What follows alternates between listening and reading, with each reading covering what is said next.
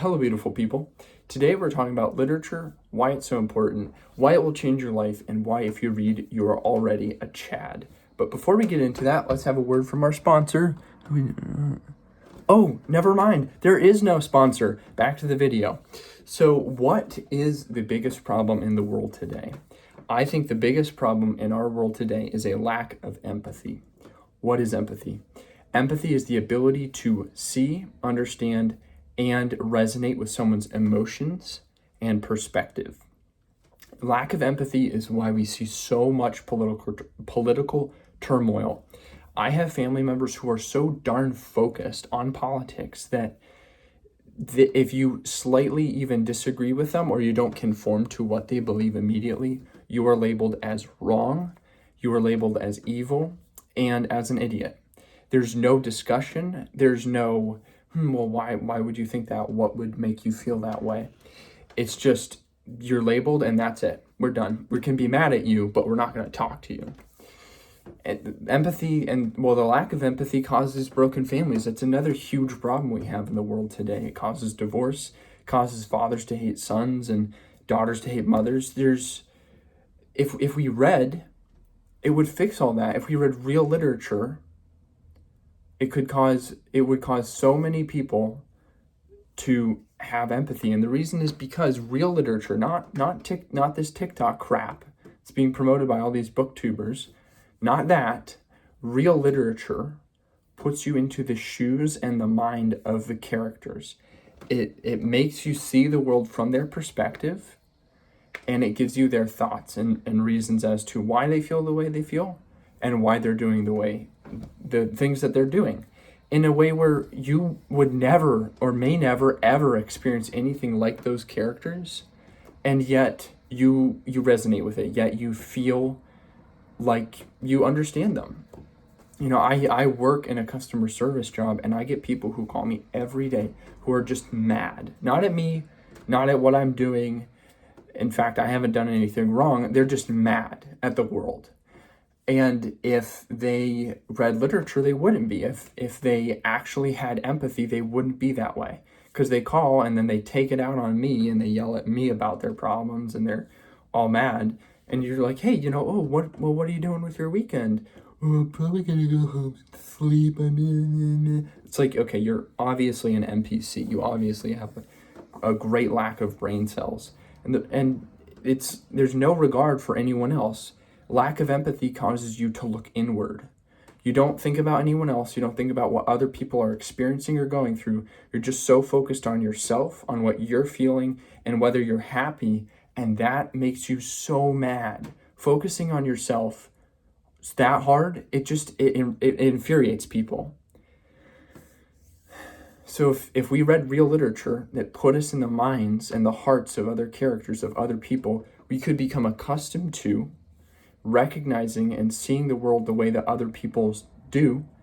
And that doesn't mean that we have to change our mind every time we had a discussion with someone or found someone we disagreed with.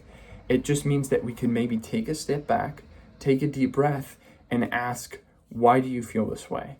And try to understand the person as another human rather than just labeling them as evil. There are two books that did this for me very, very powerfully, and those are, firstly, Crime and Punishment by Dostoevsky.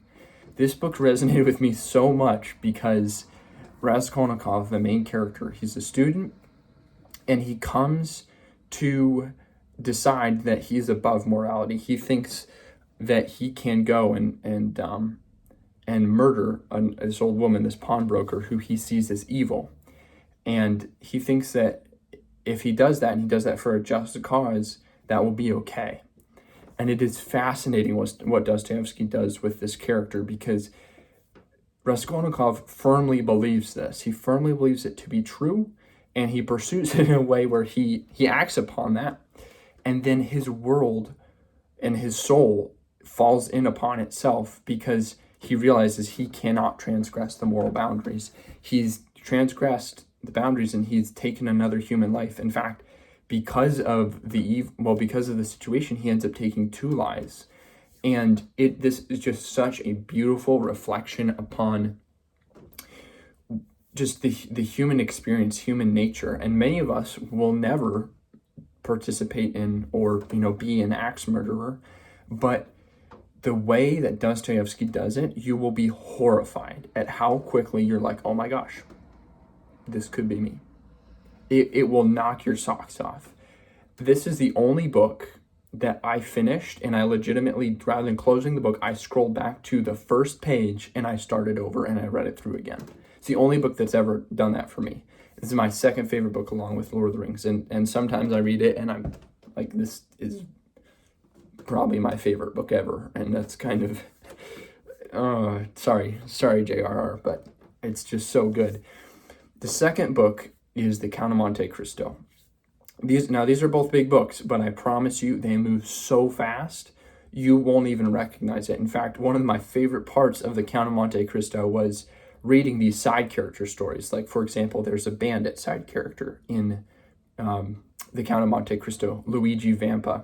And I'm reading his story, and it was so engrossing. The characters were so interesting, and I was so compelled by it that I flipped to the next page, and it's the next chapter, and I was like, oh, this is The Count of Monte Cristo. This isn't the life of Luigi Vampa. And the characters are just incredible, but what is the best part of this story is Edmond Dante, the main character, is betrayed by some people who are very close to him, and watching him, this happens to him and he doesn't understand why. He's just crushed by it. His world just implodes, very similar in some ways to the way that Raskolnikov's does. Raskolnikov's is self-inflicted, but Dante's journey here is inflicted upon him by other people, and he decides that he's going to take revenge. He decides that God has given him a mission to destroy the lives of the people who destroyed his lives. And it's this beautiful reflection on what revenge does to people around us, especially the innocent people, and then furthermore, the suffering of others. Seeing Dante suffer in a way that he did not deserve because he's such a good, whole human person, doesn't deserve any of it, it will make you stop and think the next time that someone does something cruel to you, you will stop and think,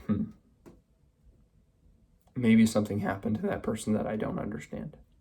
Both of these are phenomenal books. I guarantee you will not regret picking them up. I strongly recommend both of them.